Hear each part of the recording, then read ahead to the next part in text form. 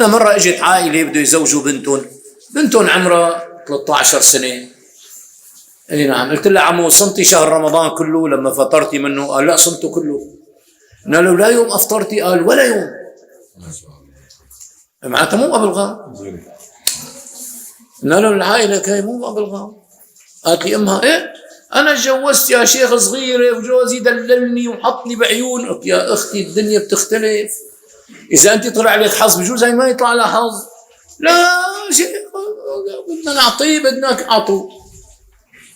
صار يلعبها ملاكمة، يدرب فيها عوض كيس الملاكمة. اي نعم. يجي من الشغل قاعدة عم تشوف أفلام كرتون، قومي حطي لي أكل. إيه هلا لسه يخلصوا الأفلام الكرتون. قومي وليه؟ شو وليه؟ قلت له لا بعينك شو وليه؟ اي نعم. يجي يخبطها كف تفز تخبطه تنط عليه وتبجو، ولد لساعتها. بعدين اجت يوم قالت لي شيخ ان شاء الله بدي ما بدي يا شيخ ان شاء الله بدي. طلعت باهلها حسبي الله ونعم الوكيل. لقيت طفلي لقيت عديته بخطأ. هي خرج تفتح بيت، هي خرجوا زي يقول لي اعملي لي يبرق وساوي لي قشي وساوي لي كذا. اي نعم. ايه ما خرج لسه بيضتين ما بتعرف تقليه، واذا بتاكل بدها تاكل اندومي ولي على الاندومي اذا ضرر على حله كمان. اي نعم. منعود احسن ان شاء الله يمنعود نوفر مره. اي نعم. فالحاكم اي نعم. وين صرنا المادة اني؟ 41 فوق. اي نعم. نعم كنت لحد لكم الدرس اللي هون بهذه الصفحة. نعم. في طريق النيابة عن العاضل ولو كان أبا الصغيرة ولو أبوه ما دور على صالحها.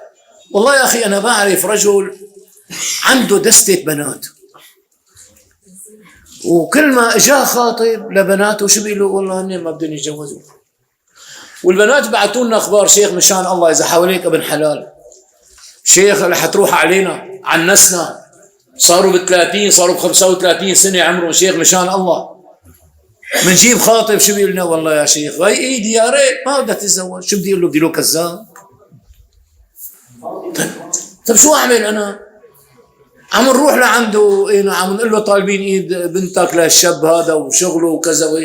شيخ بناتي ما بتجوزوا. طب هي لو رفعت امرها للقاضي، القاضي بيزوجها نيابه عن العاضي لانه بغير وجه حق.